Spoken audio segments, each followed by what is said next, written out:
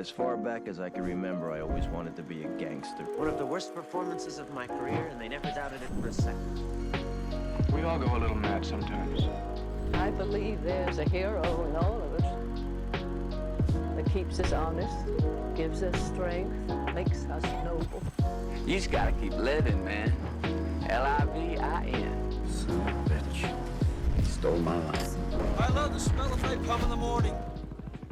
Welcome back to the Shot by Shot podcast. Today, a conversation on the current state of comic book movies, our thoughts on the new Superman movie by James Gunn, which we're now coming to the end of a really stacked blockbuster-filled summer here, where two of the biggest movies of the year have just been released in Superman and Fantastic Four, both making a similar amount of money, really, but although one starting a cinematic universe and one was hoping to revive the MCU, Superman's going to eventually top it in the box office here for the first time since The Dark Knight. I think the DC has had the highest rated comic book movie of the year, which is something for them to brag about. But I don't think either of them are really going to come close to the highest grossing of the year from predicted so far. They're both in that 550 range, I think.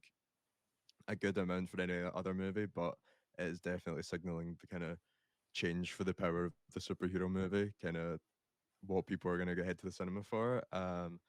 I think me and Daniel are the only people that have seen every superhero project this year. So Daniel, what's your favorite of the year so far? Favorite of the year is Superman, but the competition from Marvel is not particularly strong. I can't believe I've even seen Thunderbolts, to be honest. I was like peak of unemployment, so I was bored all the time, and I was like, "Oh, I'll see Thunderbolts." Very forgettable. Not like awful for MCU like universe standards, but not inspiring. A lot of people were getting a little bit too excited, I think, because it was edgy and the villain was pretty cool looking, like visually. But Fantastic Four again, good, but I can't see Marvel's trajectory changing anytime soon. I think audiences are getting tired now, even general audiences. I think it had like an 80% drop. I read in the second week. Whereas Superman, that the whole DC, the new DCU is going to be as good as Gunn allows it to be. He's pretty much carrying it on his back, effectively. This isn't Guardians levels good, but as like a first outing to try and establish a new universe, it's promising. But there's definitely aspects that need to be improved on. If the whole DCU is going to look like Superman, we're in trouble because DC and Marvel are going to be trying to compete with who makes the ugliest films because Superman overall is not a good looking film. The lighting is terrible. The like schmaltzy comic book visuals kind of work for the big creature, but I think Guardians sorts of integrates that into its style a lot better. But yeah, it's a good starting point. They're already really fleshing the universe out pretty quick, which I don't know if it's a worry or not. They do like a Peacemaker cameo in Superman. There's season 2 of that coming out. They introduced Supergirl pretty quick, and they've already started a marketing cycle for that. Once the responsibility is put onto other filmmakers' shoulders, as long as they're given creative license, I think we could see a shift in the landscape for superhero films because Marvel's big next film is not sounding good. It doesn't even sound like it's finished or even close to being finished. The reception I saw for the spoiler, so I'll give you like 5 seconds. But the reception I saw for the post-credit tease with Doom in Fantastic Four wasn't very positive. There wasn't much reaction in my cinema either. I think that film not kill that franchise off, but really put it in the halfway into the grave. And Gunn has a There was big some wow. oozing as Spoiling it for me already. Wow, they teased Doom, who we already know about. Whoa. I already knew about that anyway, I think. I don't really care. They're always going to put Doom into a Fantastic Four film somehow. Yeah, it's literally like, he doesn't even do anything in the post-credit scene. He's just there. Gunn has a big chance here to try and shift the landscape a little bit, because I don't think DC's been in front of Marvel for like probably 15 years. So yeah, it'll be interesting to see what happens. Interesting. Yeah, I think Doomsday's already cooked. Like, they're making the script isn't even finished, and like it's never finished. being held up by like the two worst directors that we know. And then Ryan's got Spider-Man invading a city, being Americanized once again. And that has also been written by like all the same people who've done like all the other MCU Spider-Man films and like Ant-Man and the Wasp. So I really don't think that's going to be any good either. The same people But that yeah, I turned guess Peter Parker and from a working class hero to a billionaire sidekick. exactly. Everything. Oh dear. But yeah, Superman is it's an interesting one. Obviously, people had so much hope for it. Being the start of James Gunn's new DCU. And I guess people were. I guess the one of the best things I can say about this film is I don't mind that it feels like we're just like being thrown straight in. Like it does. It's like you're like a season 2, like episode 15, or like a television show almost being thrown in because it's just one of those kind of origin story things where everyone knows what's going on, and I don't think it's really worth the time. And obvious I keep on seeing something like childish posts on like social media on Twitter. It's like these are what all the superhero films taught us this year, and it's like the most basic stuff. And I think my biggest problem with this film is it's I know Superman is meant to be like a universal thing, but and I understand that, but I just think the Gunn's idea of universality in this film is really, really weak. Like the sense of happiness, the idea of being kind and happy, which is what this kind of character is centered around, is I think it's really lifeless. Like I saw this post talking about that everything in this film is just a symbol and nothing more.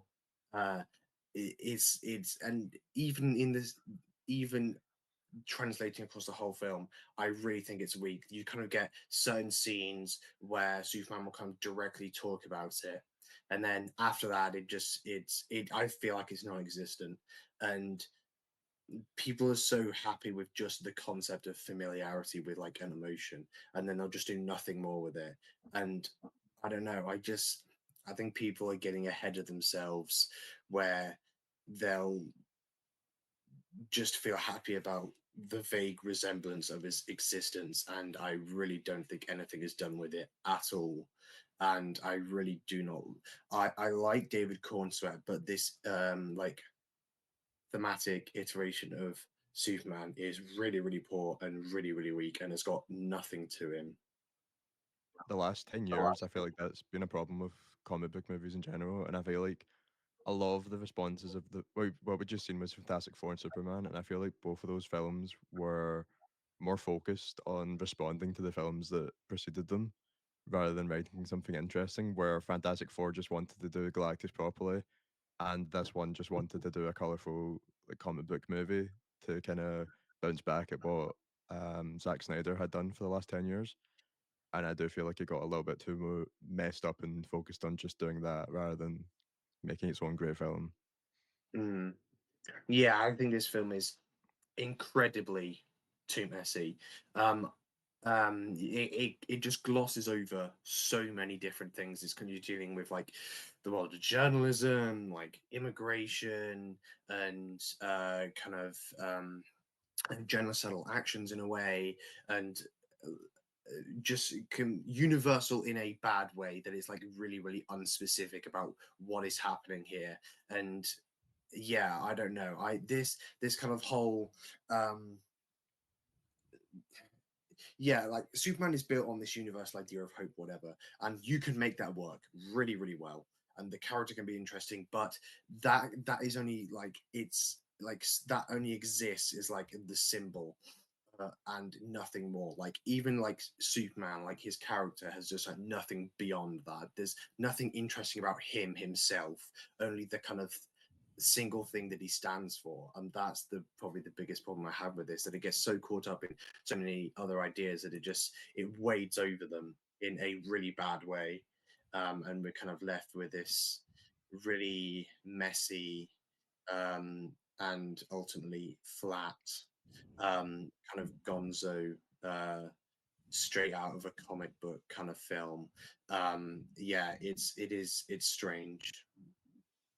I think he knocks the character work almost out of the park.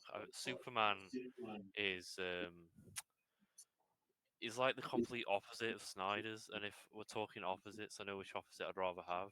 I mean, like Corn Sweat is like saving squirrels in this film, and Snyder's Superman is trying to aura farm whilst he's having trucks thrown at him.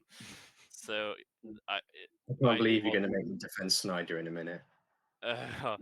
it was funny seeing the discourse online about all that, but I think there's some very good character relationships, interactions in this film. I mean, any scene with Lex Luthor and Superman in the same room, very good. When he's sipping his coffee in his face, that's like mustache twirlingly like evil sort of thing I like. I mean, Luthor doesn't pull any punches in this.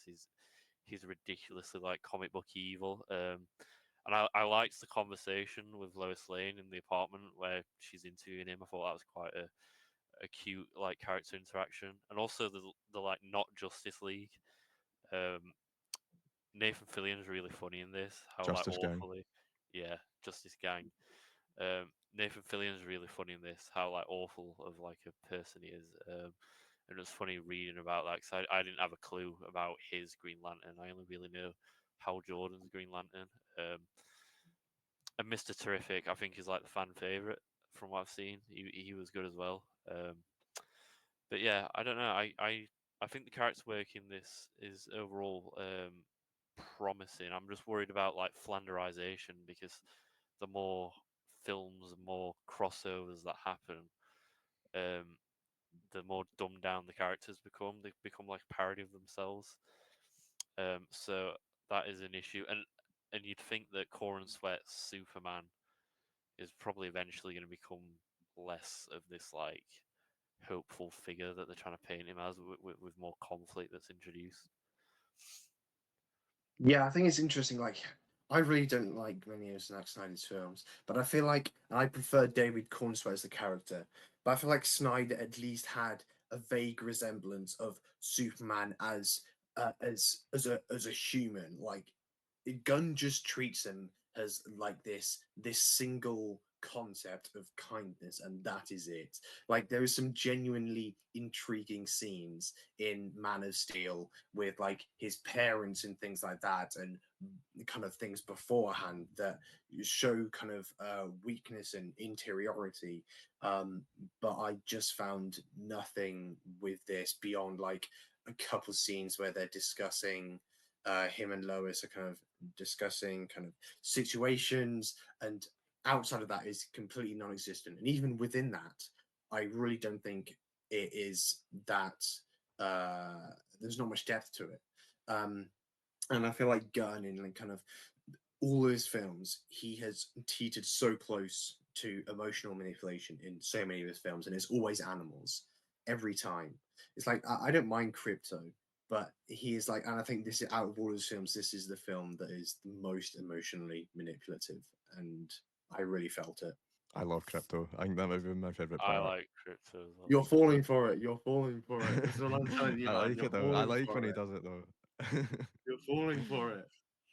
Nothing feels earned. There is nothing earned about the emotion in this film. Crypto has nothing to say. I Damn right. can't believe no one's brought up like what was it? Baravia, is that the country's name? I Yeah, can't yeah. believe no one's brought up that conflict yet because that's like the prime issue a lot of people in reviews have. That like, it's really It's comic. really bad. It's really like it's the film's trying to juggle so much, and it's really like hope focused and comic book like schmaltzy. But Mm. it's also doing like a basically an Israel Palestine conflict as one of the not even core conflicts. It's like one of the conflicts, and a lot of people weren't happy with that. I know you didn't But the like it. thing is, I think the worst thing about that is the situation in that film could literally apply to so many different things happening in the world now, and I think it's almost degrading how um kind of faceless the whole kind of thing is. And I think to have kind of Superman in kind of the center of that is really, really bad. Especially if you're actually trying to go there, maybe at least go there, or maybe um, don't like dumb issues down. So like yeah, I think that's the worst thing is like everything is kind of really dumbed down to like really looks like basic like baby politics in a way that becomes um unintentionally um what's the word I'm looking for, like harmful to the situations that are actually occurring that the film is attempting to say something about. And yeah, I don't know, I just think it's really tasteless. I think it didn't offend me that you'd be ignorant if you were going to think that it wouldn't potentially offend people. I think it is ignorant. It's sort of used as a tool to display like an overreach of power from Superman as like an excuse to like lock him Mm. up. I don't know. You could have done something a lot stupider and more comic focused, unrealistic to display that because it's not necessarily the core conflict either. I mean, there's a giant like black hole that's tearing apart Metropolis. That's like the final conflict. You could have stuck with that. But yeah, that adding something like that, especially in today's landscape, was always going to cause issues.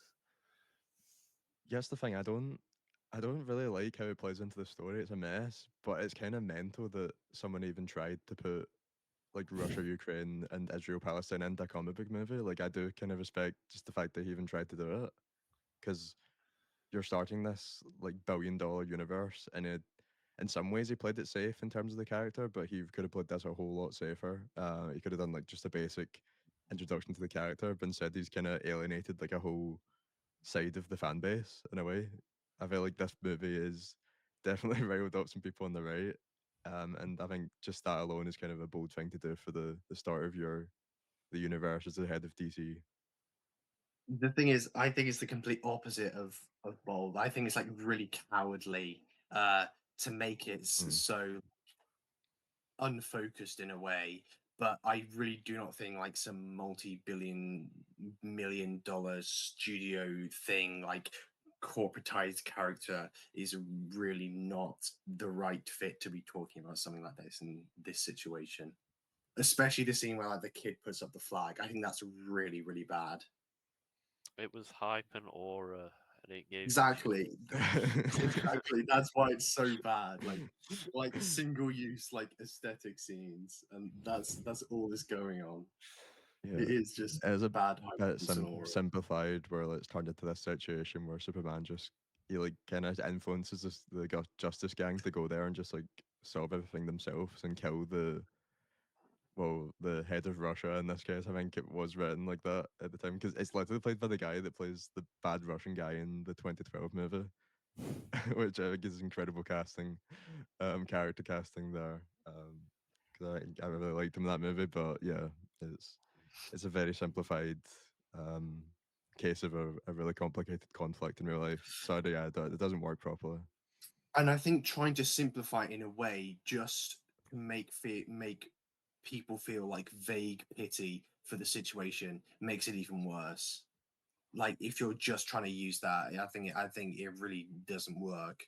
But yeah, maybe that's just me. I just think there's a lot of superficial ideas in this film that really go nowhere. Hmm. I am. Well, obviously they've changed like the tint. Like all the damages have been done when filming, but like they got rid of like the blue tint that they had, the horrendous blue tint that they had in the trailers. It still looks terrible. Like we said, all the damage has been done. And I there's a lot of kind of going around saying this. I know, kind of Ryan as well. But you'll get kind of these action sequences which has some like vaguely imaginative camera work to it, and then we'll just go to a talking scene, and it'll be like the worst blocked and composed thing you've ever seen in your entire life. It is awful, and I thought there were some many poor editing choices in this as well, just really awkwardly cut together. And yeah, it's strange. I maybe need to go back and watch some of Gunn's other films, but I don't remember his kind of compositions around talking heads being that bad. I think the Guardians films are some of the best looking of Marvel, which isn't like saying a ton, but Oh I yeah, the remember bar's not I high. think it. the I think bar's it's not Guardians high, 3 but and Suicide Squad have kind of been similar to this, like visually. I think twos are quite That's when there Interesting. was a visually. change. No, I don't Do you mean. know Yeah, what I still Uh, like 3, but there's a clear visual change in like gun style from after Oh yeah, what, the outdoor sequence, 2017. the day sequences in three look really bad. Do you know what's interesting? I saw a clip from Guardians 3, not Guardians 3, Suicide Squad the other day, and I was like, this looks really bad. Like visually, it has that kind of annoying, shadowy, blue tint that this like the Superman trailer had, and that look to it, and it's really disgusting. Um, but yeah, and again, this animals man, the shark in that film is like the I guess it's the emotional best part of the movie. and yeah, comedic part of that film. True, it is, but it's like this. That's half what that film rides on is Gunn's ability to manipulate people with animals, and the blooming weasel as well at the beginning of the film. Yeah, as Yeah, a and then trope it's that like relies on. his It does like brother. Future Commandos Um, as well. The first DCU project because Weasel's in that. oh dear. and there's Ratcatcher. There's like three animal-based characters in that. Mm, No, I don't mind. I don't mind that as long as it's not annoying. I thought he was funny, the shark in Suicide Squad.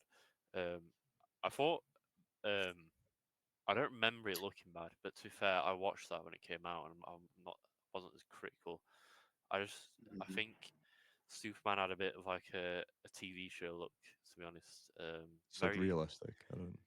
very bright in like the Daily Planet scenes and stuff. And anytime it's Mm. outside, really bright. And I think that's quite an ugly shot as well when he's sat in his apartment and the fighting the monster in the background. I don't know. It looks like I it. thought, I remember when that got released. There was the reveal of his suit, and everybody thought it was AI, and then nobody yeah, really seemed it's to bring it up. really ugly looking like CG shot in like the distance. Um, it's not a good looking film, which is why I'm worried that this is the like starter point of it all, and you want every aspect to be as impressive as possible. And if being realistic, they're probably going to push projects out as quick as the MCU have. Um, the digital effects guys are not going to be able to like upscale from this. I don't think, which is a worry. Because I remember when the trailers came out, it looks even worse though, and a lot of people commenting on how horrific it looked. Luckily, it's not quite that level, but there was not. I don't think there was a single shot except people were like really going over the top where Superman comes out of the dust, and that does look kind of cool. Mm, But Snyder has Mm. this beat visually, I would say, and I'm not someone who praises Snyder often. mm. Yeah, I don't know if it's much of a worry going forward because I feel like it's more of a preparation thing, the CGI maybe, in terms of the process of making the movie. And he said that all these movies are gonna have like finished scripts and actual planning before they go into it, unlike the MCU. And I think Clayface will be a good measurement of what the universe is gonna be like because it will be like Yeah, almost like a dark DCU version. And I think the budget's like 20 million as well, so it's more of like a low that's budget horror movie. I prefer that. I Yeah, really want to see how they maximize the lower budget with that. I'm like I'm out of all the kind of ones coming out. That's one I was saying the most intrigued about. I'm not necessarily really excited for it, but I think it's something that they could hopefully do something different with. Um, and yeah, um, when is that next year? Or is it 27? Supergirl's next year. Is Maybe Clayface 27. 27? Interesting. Maybe, yeah. Didn't they want Interesting. 2 films a year and a TV show? Two TV shows. Or was it 2 TV shows and a film? I a don't year? think they're all connected to the DCU, but there's two TV shows. It's going to be a big worry if something is like sort of niche as Clayface is in a grand story. Yeah. I think it's Peacemaker next year. I do like the TV show of that, but I've not seen it since it I've not came seen out. John Cena is actually quite funny. Mm. He's really like dedicated to that role as well. If you've seen him at like Comic Con and stuff, it's quite funny. But yeah, I don't think we'll know until like Supergirl and Clayface are out what sort of like trajectory it's going to go. It depends how much creative. I'm quite trusting of creative control for the beginning, but it's how much style differentiation they're going to want, because you'd think Mm. the exec's going to want all the mainline films to look similar. Like, there's no way Supergirl is going to look visually like stylized compared to Superman.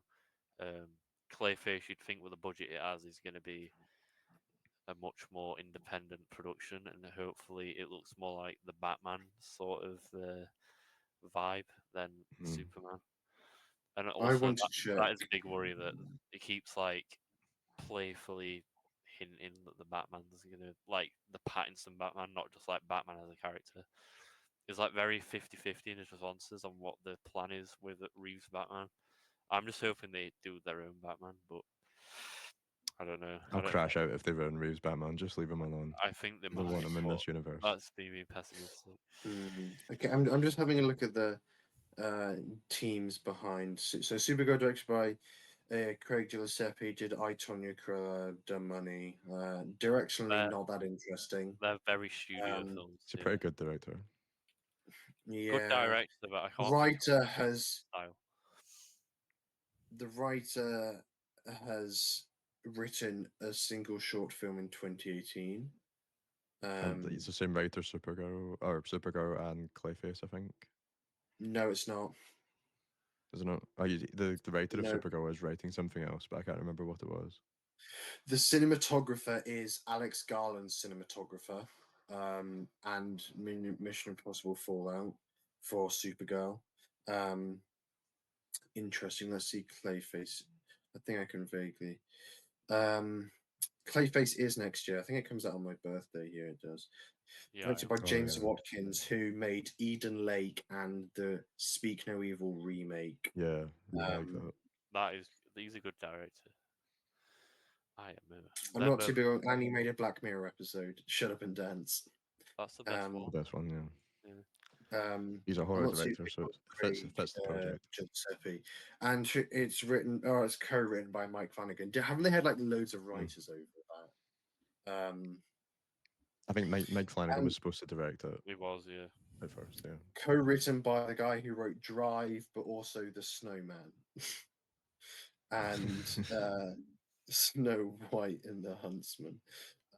Interesting. And it's also shot by the guy who's doing Supergirl, which is interesting. Yeah, I'd like to say I have more hope for this than the MCU, but that's not really a bar in a way. And I hope this is not necessarily anything to go by. Supergirl might be interesting, but I'm definitely more interested in Clayface than anything else. But yeah,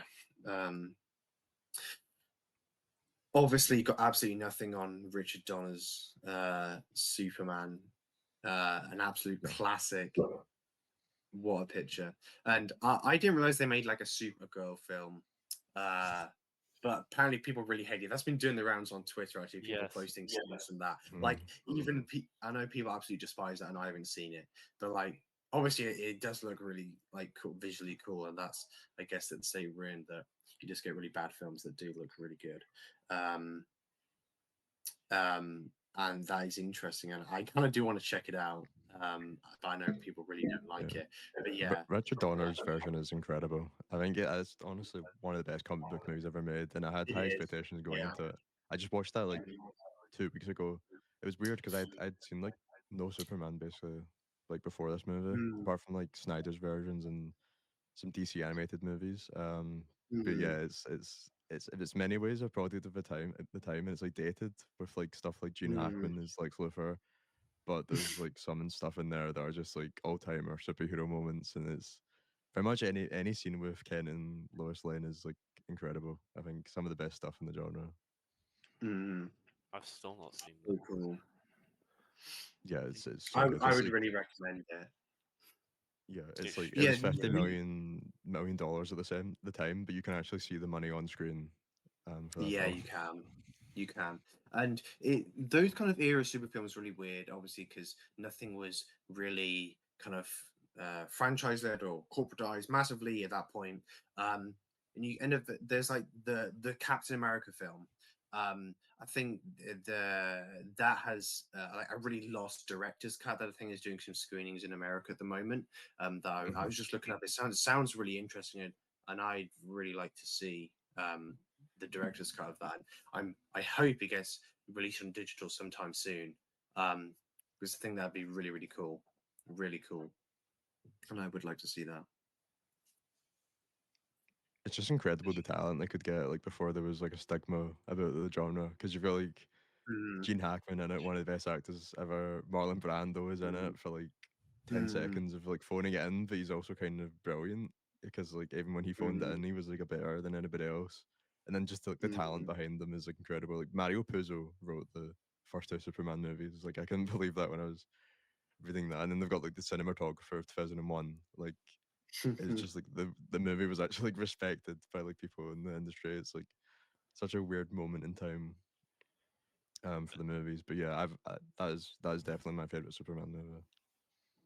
It's because the mm. only thing was like Batman back then. Everyone loved Batman. Well, it's Like, before Batman, was but it apart from the before shows, Batman? Yeah. Well, I was on it was about the after the shows. West Batman, the Adam West Yeah, Batman. Like everyone loved the Adam West Batman. It's hard to know how popular comics were because none of us were alive then. But I think it was like Batman, Superman were the big two, and so I think even back, is it seventies that Superman film? Even back yeah, then, I Yes. think the big actors would have been like jumping on that to be like the first guy to play those characters. Mm. It's a shock it didn't like start a proper renaissance though. Like we didn't get like an early version of like the comic universe because hmm I don't think it really kicked off till like late 2000s. I know we had like Raimi's Spider-Man stuff, but there wasn't a universe for a while. And then Iron Man Ang released. Lee's Ang Lee's Hulk, absolute banger. Iron Man's ruined everything. Yes, it did. Are you guys have seen Fantastic Four? Is like is it actually at least visually appealing at times or not really? It looks slightly better than Superman, I'd say, but I wouldn't say Fantastic Four is a good-looking film. Ryan. I liked the like interstellar space black hole stuff. I mean, everyone just copies Interstellar now with the black holes. It literally just like it's straight up a copy it's of Yeah, straight up a copy. Interstellar. it's crazy how like Interstellar has completely shaped the way black holes are visualized in film now. It's like everything is just well, taken from that film. yeah, it was because Interstellar was In before they even had photos of black holes, so it was like, but it also kind of exactly, predicted it. and So like, But it really cooks yeah, like Nolan cooks it actually is kind of what they look like. So yeah, and yeah, it everyone is just does it. cool. Um, Mm, the Fantastic Four is like a film of two halves, I'd say, where like the Silver Surfer stuff is actually really good. I like that. And then Galactus is a really disappointing villain, but he doesn't look particularly bad. Galactus. I was kind of like confused by the fact he was walking around a city and he's like city height. Because everyone was always saying how massive he is, but apparently he can change height and stuff like that. yeah, it's a I bit don't know. off. It didn't make him much of a threat, to be honest. And Ralph Ineson doesn't really get to act much because he's behind so much CG. But his voice is cool, I guess. Yeah, Yeah, it's it was disappointing for a film that was basically made just to correct what they done in 2005 with when they made them a cloud. And I don't even think it's that much better if I'm mm. walking about it. Is this literally just a remake of Rise of the Silver The, Surfer? the second half is just a remake, yeah. Galactus Whereas in like that. I've the not seen second that. one, yes. Oh, you've not seen it? Oh yeah, I've seen the so first. yeah, I've it's seen the based. first one, 2000. He's like a he he's just a cloud though. It's quite an interesting Okay. Yeah, That's he's kind of like interpretation. cool the though. Like some Yeah. no, evil it is cool. clown. He's our farming, like at the top of the sky. It's cool. Well, And it has I like the watched exact that. same sub. It has the same subplot where so Johnny and like the Silver Surfer have like a love subplot kind of, but they have that except it's Sue Storm and the Surfer's like a guy in the original sequel. So there's a lot of stuff that's pretty similar. I think the cast in Fantastic Four, Pedro Pascal's pretty like, he's just playing.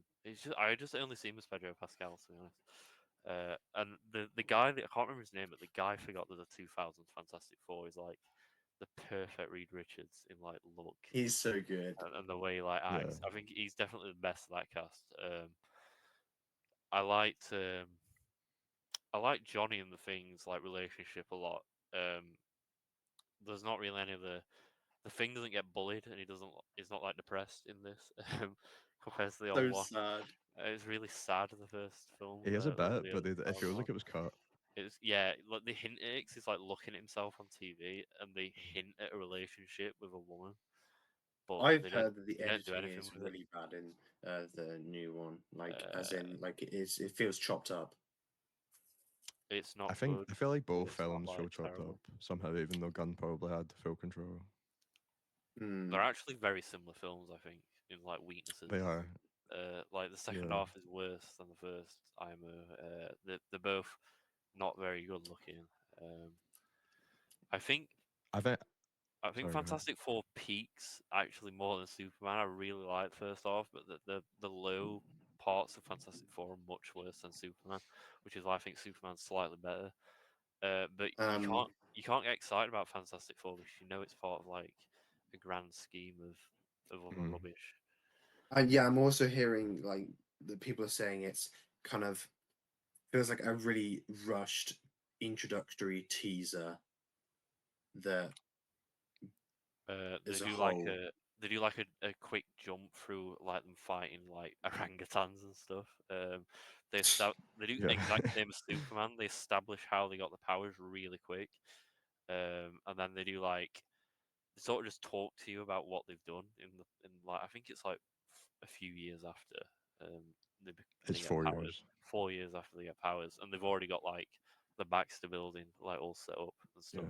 They have a spaceship planted in the middle of New York Yeah, they have like that they can just unlimited jump into. funds, which is really distracting. They can literally do Yeah. faster than light travel. Like, so that is. It felt more rushed than Superman. I thought all that, but I've kind of got a as, hot take for Fantastic Four. I think it might feel more like a comic book movie than Superman does, even though everybody's going on about that, because I think I agree. I feel like, yeah, Metropolis just feels like a generic city, whereas New York and that it's got like the retro futuristic feel, where it actually does feel like this really like it feels like completely fiction rather than like just an actual realistic city. And of course he's like it's cool that he's kind of got outside of that like core universe MCU grey New York that everybody else has to work in, and he has that like experience from WandaVision because the way that worked, it was like every episode was like a different, was it a decade or a year? I can't remember exactly remember, but they changed like the production design and stuff like every episode. So he's kind of doing that again in this, where like it's just some really cool like 2001 inspired like sets and stuff, which is nice for a modern comic book movie. They feel like they're actually on a set rather than just a green screen. Well, Um, there's like, what is it? they were making me laugh when they were promoting it. They were really going like, "Yeah, it's all a lot of it's practical." I'm like, that's like the bare minimum for some of this stuff. Yeah, I know. Like It does look way better than Thunderbolts. Like they're really different. Thunderbolts is so grey and like Mhm. dour, and there's mm, no like impressive practical effects. Yeah. But Fantastic Four, you just can't get excited though, because like I said, the next film is going to be something. It might be Avengers, it might be something else, and then they're going to shove Yeah. Fantastic Four into that. I feel like Fantastic Four should be like the big movie, but it does kind of just feel like Yeah, it's set just up. a setup. Yeah. Doomsday is going to be a Deadpool and Wolverine level film. Yeah. Horrendously derogatory. Doesn't even look It's like Is gonna that be it's going one? to be humorous. It's just going to be really dour and like horrible. Don't. I just need to stop. I really do.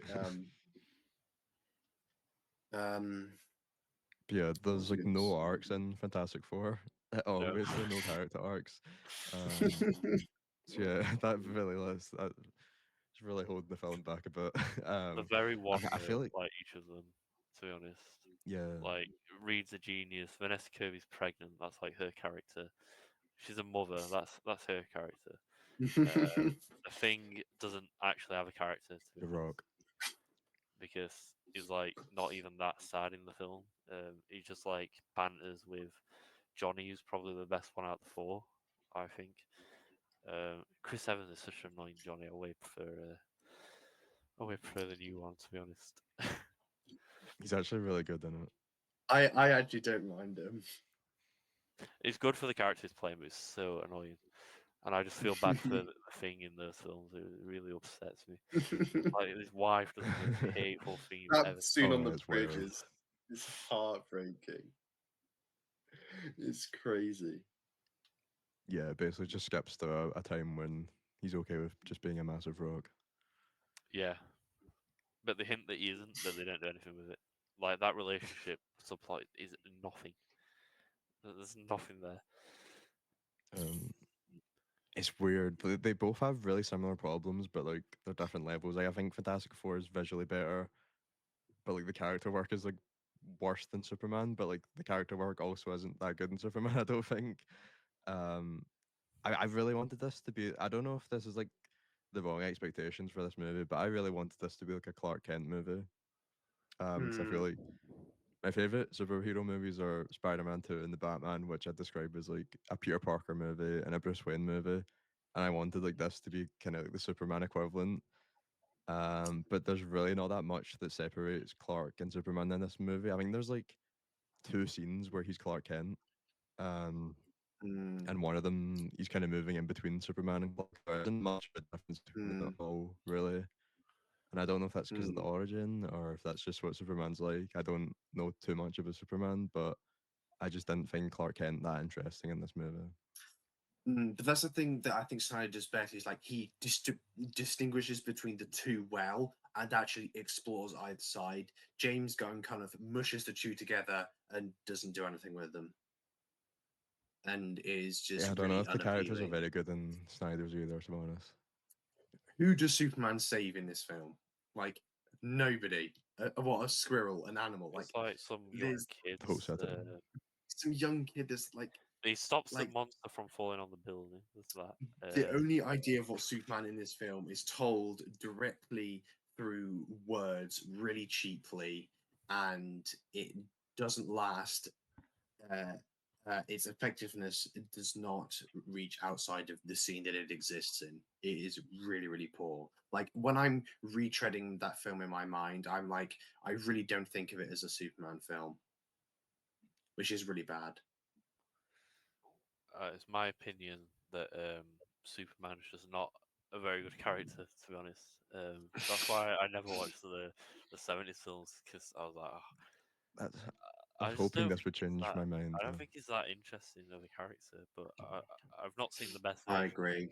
so maybe I'm too harsh. But I think like Spider-Man, Batman are so far clear of every single other superhero that it's not surprising that everyone's favorite films are usually from those universes. Mm, Yeah, I feel like, yeah, whatever generation, like, nobody, we don't really have a Superman until like now. They kind of just skipped Superman for like the whole time where Batman and Spider Man were carrying everything.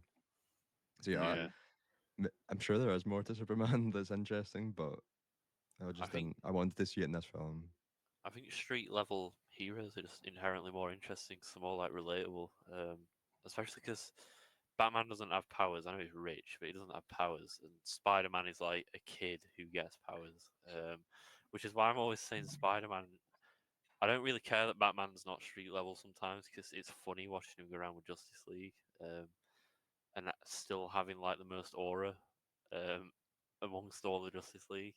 But Spider Man should always be like street level to me because he's like friendly neighborhood Spider-Man, and what Marvel have like done to him, where he's like Iron Man's bitch. It's really bad, and I'm sure. I know they're saying the new one's going to be more like street level in Glasgow, fighting like That doesn't mean anything. Like Mr. people are like, No, Trinick. they like street level. Oh yeah, street level automatically means really good. It doesn't mean good, but it means Pe- it it's more in tune with his character. So I People were do like. excited that Captain America: Brave New World was going to be street level and grounded, and that turned into like Israeli propaganda, and it's like one of the worst things you've ever seen in Was your entire anyone life. excited about Captain America: Brave New World? Some people were. yeah, I'm sure there was. Did that come out this year or was that last year? It was this year. That was this Oh, year. That God. was this year. Oh, It was like February or something. I remember seeing It the was in trailer like February. 100 times. Each time I thought Oh, this that looks film was so terrible. bad. I Oh, don't it's need so another bad. I don't need another worst film of the year, so I'm not gonna watch it. That film stinks so bad. Yeah, but I don't Yeah, think I think in general the character work wasn't that great. Like, can you tell me anything about Lois Lane or Jimmy Olsen or any of the million other exactly. characters in this movie apart from Superman? There was this influencer girl. Um, Yeah. There was Tits Woman. She was the only in it to show her tits. What? Everyone's joking. I dude. thought like she was gonna do something, but no. I think she's literally left sex feel, which is really funny. Who are you even Farming, talking about? smoking a cigar the entire time in The the Daily Oh, Planet newspaper. reporter. Daily Planet. Oh, Yeah. I think she's yeah. called I Cat. thought I thought Um, I thought his boss was gonna be like a J. Jonah Jameson like yeah, type just character, but nothing. then he was in it for like 10 seconds. There's Jim Bro as well for like briefly. Like some of the reporters Did don't you get fleshed did out. you know Or he's supposed to be Clark Kent's like best friend, who? The Jimmy Olsen, Jimmy. the guy Oh that yeah. just rezzing everybody up. He's getting his own show. Isn't he? Oh Well, that's yeah, a he's rumor. yeah, he's like a host where like he'll talk to people or something. Yeah, he's got like unlimited like riz, but you don't know anything about his character. Yeah, Yeah, I think the only people who come out looking really good to me are like Nathan Fillion. Was good. The Mr. Terrific actor, I don't know his name, was very good. David Cornsweet I think was that good for first outing, and then the best was probably Nick Holt, but like that's not surprising. yeah, I think the relationships between like the main three were good, and the performances were. I think this was like pretty perfectly cast for a Superman movie. Mm, The yeah, villain, that was the like best part. Nick Holt's Lex, was very good casting. Hmm. Hmm. Cornsweet, I liked that he was not that mainstream of an actor, and he was good. So it's not like the most mainstream cast in the world, to be fair, Yeah, compared to other so films. annoys me. He's like such a good casting. Like the transition from his like Clark Kent and Superman, like you don't even need a disguise, but then he doesn't have a disguise basically in the movie. Everybody knows Clark Kent is Superman. Like there's no secret identity in this movie. That kind of disappointed me. They also juggle all the parent stuff as well, like the Krypton parents and Mhm. the inclusion of his Earth parents is so brief that I don't even know why it was included. It was just another thing for the film to juggle. Because that arc's over in like 5 minutes. Yeah, But that's what I wanted more of though. it's not telling you anything new. Like you Mhm. know that they love him and that's why he's so like such a good person. I think it was all just set up for his like monologue to Lex that he's like an alien but he's also a human. Yeah. Yeah, there's way too many scenes where they just like say what they're feeling and what like the kind of Yeah, themes of the movie are. There's that scene when Nicholas Hoult like walks into his like what's the cave of is that what it's called, the Fortress of Solitude. Fortress of Solitude, and he kind of just like monologues like why he hates Superman to himself.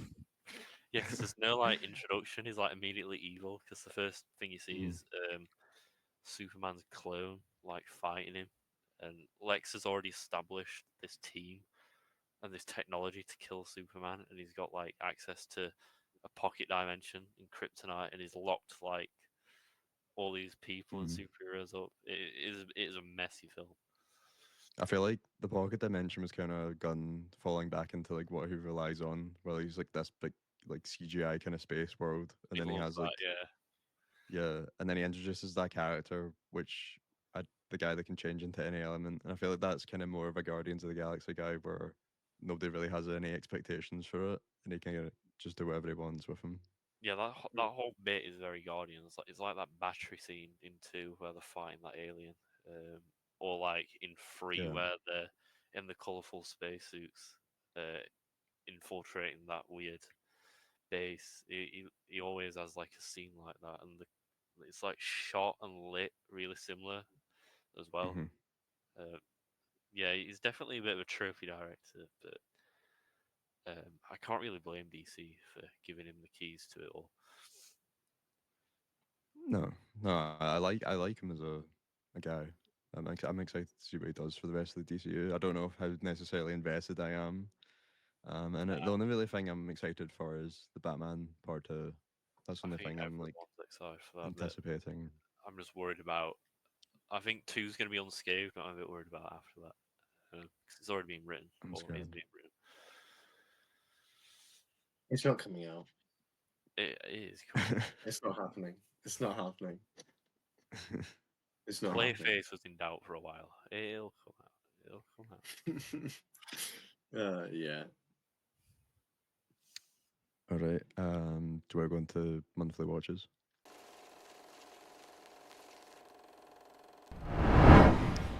Okay. Best watches of July. Actually doing it kind of in time. This time, Mm. just at the start of August.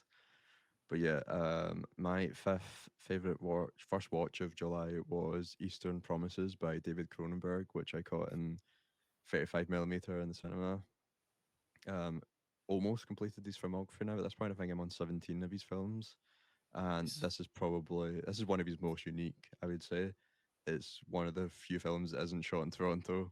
It's instead follows like a Russian mobsters in London, which was a really big surprise to me because I went in completely blind to this. I didn't even read what the synopsis was, so I didn't even realize it was set in London. It's incredibly like atmospheric, as you'd expect, with like a really weird kind of like Howard Shore score, which is always great in his films. An incredible cast and some of the best performances I think in his filmography, where he's got like Naomi Watts, Vincent Cassel, and Viggo Mortensen leading it, which those two would be like going to kind of be like his guys for the rest of the century. Um, Probably might be Viggo Mortensen's best performance. It's between that and Lord of the Rings. I'm not quite sure. But yeah, it's a really like refreshing movie in Cronenberg's career. But I think it's also like a really good just like gangster genre movie. Um, where it's different being set outside the US as well, which you don't really see very often. But yeah, that was a 4-star movie. I really loved that. My number four on the 4th of July, I watched Born on the 4th of July, which is by Oliver Stone, which is pretty much just his film about the lie of the American dream and the lies that were like sold to a whole generation who were like sent to Vietnam to fight for their country. And it's led with an incredible performance by Tom Cruise. I think it, Tom Cruise has so many great performances, but it really is up there. It's one of his more like pure dramatic roles, I'd say. And it's he's paralyzed in Vietnam and kind of becomes a anti-war activist, and it's just such a great film. I think his run from like 86 to 91 is crazy, where he done like, Platoon, Talk Radio, 4th of July, and then like finished off with JFK, which is just like a crazy run of films. And I think he won Best Director for this. It's just all these films have like a really unique visual style shot by Robbie Richardson, which I think he's up there as one of my favorite DPs of all time. Honestly, his work in this movie is incredible. There's such great imagery, and this one especially. All those films really. But yeah, that's another like high four out of five.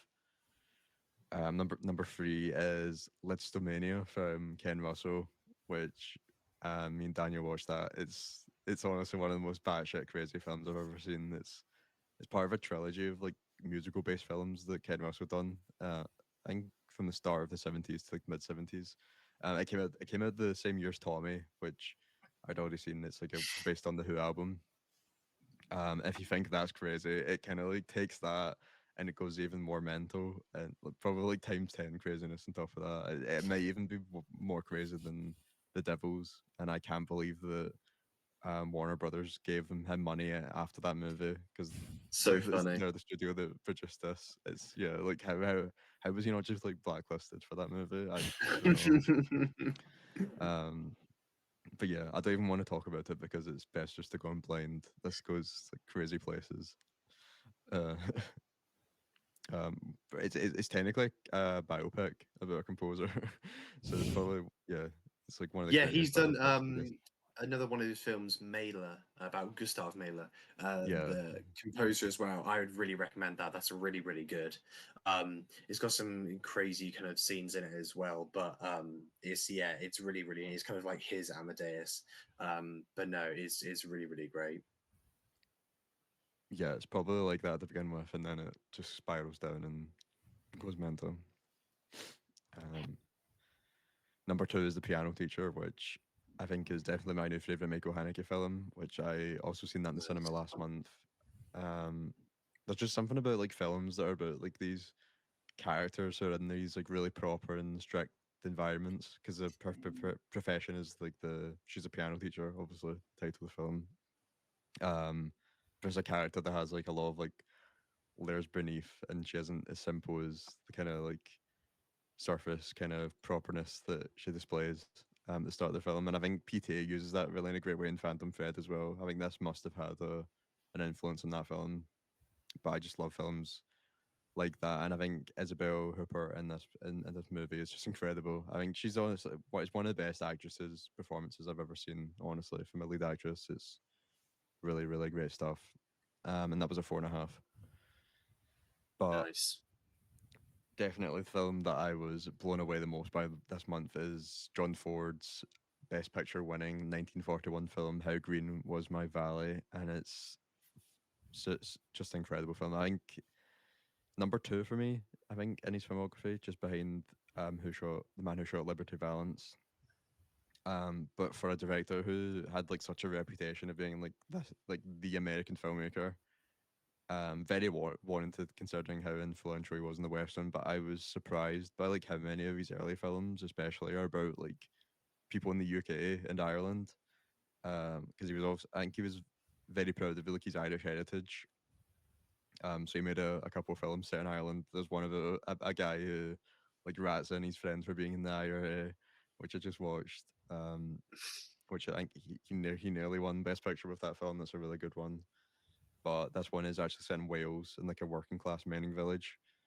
Um, it's just an incredible movie. It's full of it's some of the best directing of his career. I think some of the best shots of his career. There's just these really cool like deep focus shots of the village, and it's just like some of the craziest stuff you've seen of like that decade. It's one of the best Shaw movies. A high 4.5. I think honestly, this could end up being one of my favorite movies of all time. I think pre-watches it's so good. I haven't stopped thinking about it. Yeah, I had no idea. I had no idea it won Best Picture. Absolutely no clue. But my five, I didn't want to kind of honorable mentions because I've got so many great ones I watched last month. But Edward Yang's Terrorizers, John Ford's The Searchers, and Nicholas Ray's Johnny Guitar are going to be my honorable mentions. Would highly recommend those, especially Johnny Guitar. I absolutely love that film. Really, really good. Is that Nicholas Ray? It is Nicholas Ray, yeah. Nice. Incredible Western. But at number five, I have got a film from 1943 called I Walked with a Zombie. It's like 70-minute film. I'd kind of seen I think loads of mutuals I followed, just really, really loved it. So I kind of stuck it on, and yeah, I was blown away. It kind of deals with kind of colonialism and voodoo ideas in a way that is really, really interesting. it kind of masks colonialism with like beauty and really deals with this kind of under the surface idea of what was kind of going on at that time, and it's kind of like humanity and history and cinema like all coming to terms with the concept of zombie in 1943, and it is so good. It is breathtakingly shot, and yeah, the landscapes are gorgeous, the lighting is incredible, the night sequences are brilliant, and yeah, I just highly recommend it. One of the early zombie films, and I think the way it's kind of treated as that now, and kind of looking back, like the and how the concept of a zombie is evolved, it's like it's so fascinating. But it is an incredible film, and if you've got a spare 70 minutes, it is on BBC iPlayer, and I would highly recommend it. It is really really good. So is it actual like what is is it like actual zombies? Because obviously it's before like Romero like changed the So zombies. it's the synopsis is a nurse in the Caribbean turns to voodoo in hopes of curing her patient, a mindless woman whose husband she's fallen in love with. Um, it's interesting. Because yeah, it's a really it's such an early idea of a zombie, but it's not like the zombie that we know now, like infected, like with a bite or like a virus or anything. But it is kind of supernatural in a way. But yeah, it's really really good, and like unlike many zombie films, this actually has so much going for it. Kind of dealing with kind of culture, and like I said, like colonialism, imperialism, and kind of the beauty of the island that it's set on. But underneath, there's still a lot going on. Yeah, incredible Nice. film. Number four, as Ryan has already picked up, I have also got John Ford's "How Green Was My Valley." This is like you get kind of the opening shot, and you got that really deep focus shot of the woman standing, and it's got kind of the village in the background. She's got her face half turned. Oh, it's so good, Mm. and everything. You get so many of those. Like the sets are just incredible, and um, yeah, it's just one of those kind of family dramas um, that I just took my breath away. I just couldn't stop being drawn into kind of the worlds and landscapes that John Ford paints with his images, and he is one of the best landscape photographers ever, without a doubt. Mm. Watch any of his films, and the way he photographs landscapes and clouds and skies is completely unrivaled. This is probably my second favorite of his, behind My Darling Clementine, and I also love the like any of them could be my favorite. Like The Searchers, How Green Was My Valley, or My Diamond Clementine. I adore all of those films so much. Even I love Stagecoach as well, and The Man Who Shot Liberty Valance. I think those are the five films of him I've seen. But yeah, he is every time I'm just in wonder, every single time. I love Um, watching his movies because you're like, oh, that's where that like trope came from, or like this is like where they got that from, and it's like you can see like where Spielberg got a lot of stuff from. And like I just watched his Lincoln movie, and it's like you can see like how like where Spielberg took stuff from, and then he went on to make like his own Abraham Lincoln movie, and it's like oh, like mm, it's just cool. it is, yeah. Um, And then at number three, and a pretty recurring instance on my kind of favorite list over the past few months, I have Edward Yang's A Confucian Confusion. Just one of those kind of Edward Yang films where it deals with a set number of characters. This time with an kind of, I think it's like a talent agency kind of thing, and everyone is like going out with another person, and then it's like everyone's cheating on another person, and it's like this endless cycle of people having small relationships and lying to each other, and it's just what the Edward Yang special. And every time I'm finding so much with him, with his kind of portrayal of Taipei, and the way these characters interact with each other, and I there's nothing like it. He's just one of the greats. I'm just in awe every time I watch one of his films. And like he kind of pioneered Taiwanese New Wave, but I think that is one of my favorite film movements to come out of the late 20th century. Um, and yeah, he is completely unrivaled. Um, and he has such a short filmography. But every time I watch one, I need to watch. Be meaning to watch Taipei Story, actually, which I might watch tonight. But I just every time, man, it just hits, and very happy that Confusion and a film I'm going to talk about a little bit later, both getting Criterion release over here I'm soon, definitely picking that up when it comes out. which I have already pre-ordered. It's like two for the price of one, and Mahjong really like is in need of a new restoration, which Mhm. I'm very excited. I will be watching both of those again. Um, at number two, I have um, from another Asian filmmaker. I have Jia Zhangqi's The World. Uh, he is a filmmaker whose films I've kind of picked up so far this year, and like his filmography is just the most incredible journey. Kind of Chinese filmmaker, kind of really tackling everything he feels unjustly done by that his country stands for, specifically in kind of the slightly more countryside, working class focus areas. And this is kind of atypical because this, like a lot of his films, are like really direct political attacks. And this one is more set in an urban environment about like it's called like the world like theme park. There's loads of like fake landmarks from around the world. That's what this is kind of whole centered about, and it's really kind of sad and depressing in a way, with kind of like our obsessions with like miniatures and dumbed down pieces of culture.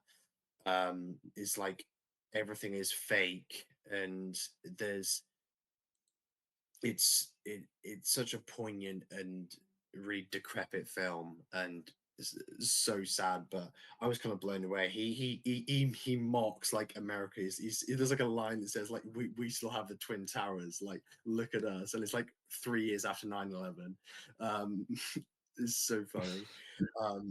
But yeah, I wish more people would uh watch his films, because I just think they're unbelievable. But I've taken too long on this. But number one for me, I briefly mentioned it before, but the best film I watched in July was Edward Zhang's Mahjong, which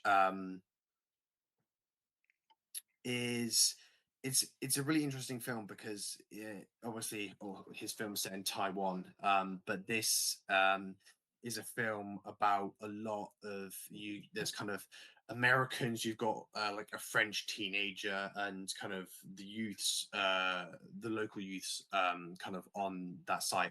This is, I think this might be like the ultimate film about people in their 20s. And it kind of really deals with kind of the turn into the 21st century, about later stage imperialism and this kind of Western globalization that is going on in this city, and commercialization that is seeping into everywhere, and it just blew me away. I just, yeah, every time. It even though like so many of the Yang films deal with kind of characters interacting and everyone falling into each other's lives, every time there's always something new there that he discovers with Taiwan, um, as both a country and the city, as well. And yeah, Taipei, sorry, the city, Taiwan is the country. And yeah, that was the best thing I watched in July, and I'm very much looking forward to the new restoration, the Criterion restoration for that, the Blu-ray, because it's already a gorgeous film, but yeah, it's so good. Mm. Yeah, I'll blind buy that because the Yi blind buy worked for Mm. Bojang. I have quite a Ken Russell dominated list as well. I've got two on here. One of them is The Boyfriend, which I'm guessing is part of that little musical like trilogy in the 70s. I think this might be in the first one. It's from 1971. It's much tamer than Listomania. It's very, very like a stage play, as in it all takes place within a theatre, all on one stage. The someone injures themselves, and then the actress has got to take over, even though she's just a stagehand. The most reserved Ken Russell I've seen, probably. Nothing like abstract is particularly happening, but the the star of like this film is the set design is really amazing. Some of the sets and the visuals are like really bizarre at points, but it's all confined to one like set. Um, there's nothing quite Listomania level happening here, which does bring me on to that because I watched that as well, and you've got like Nazi zombies, like a big Nazi Hulk thing, Nazi vampires. Nazi vampire, that's it, and then like little kids, also Nazis, literally massacring like a town full of Jewish people. I cannot believe Warner Brothers like kept funding him. It seemed like he was just trying to piss them off on purpose. But I guess it was a different era. The film's quite deceiving because it starts like for his standards fairly tame. Like the first 30 minutes, we were like, "What is I don't, happening?" I don't know Um, if it starts Tim. It's a pretty it's one of the wildest openings I've still seen. oh, true. No, the opening's very wild, but then there's like Yeah. a 30-minute bit of downtime where it's like just a few Yeah. musicals, and then it gets like a giant penis being circumcised by a guillotine in like Huh? a queen's lair, and then from there it just Huh? gets ridiculous. And then finding out it's a biopic makes it even funnier because the like creative liberties he Mm. took with this random guy's life is very good. Perfect watch party film. If you're watching a film in a group, um, that's one to go for. Um, number three. Well, these are interchangeable. I'll probably put Listomania above it, but the same night we watched Matinee, which is a Joe Dante joint. Dante never fails to deliver. It's just him showing his love for like 50s, 60s cinema. Not really a horror film, more a love letter to horror films. It's very funny. A lot of it's quite like school relationship and drama focus, which I wasn't expecting, but it like leads to payoff for some funny jokes. And John Goodman is like a perfect actor for a Dante project. He really buys into the goofiness of it all, and the like monster design, like within a film, is really fun as well. Mhm. And the lady in it has like the most incredible smoking voice ever, which is something I Oh, it's remember from that the film. wife Her from voice Raging sounds Bull. like yeah, sounds like she's had about 40 cigarettes a day. That's another Mm. good like film to watch in a group. Uh, we're not allowed to do rewatches, but I'll shout out Jurassic Park because I rewatched that because I read the book. Well, I didn't read. I listened to the book. They are very different, but they're both very good in their own right. Jurassic Park, the book is very edgy, whereas this is scary in ways. Obviously, with the T Rex and the Dilophosaurus and Velociraptors, but Spielberg, like, it's a pretty incredible defining blockbuster, which that franchise should have just ended at. But they keep Yeah. releasing awful films. But it's not. I wouldn't say it's ruining the first film. It feels like it's on a separate plane of existence. It's like everything else. So yeah, Jurassic Park was a very good rewatch. 'Cause I actually had it at 4 originally, and that's 4.5. Um, and then The Long Day Closes is my number two. It's a coming of age, but it's not a conventional narrative at all. It's set in like 50s Liverpool. So I thought it'd be like a Ken Loach, like kitchen sink drama, but it's not. It's a very like melancholy, very little dialogue, like snapshots of this gay kids like coming to acceptance of being gay in that era. It never outright tells you that, but you can pick up pretty clearly from the character relationships and the way he interacts with religion and like kids at school.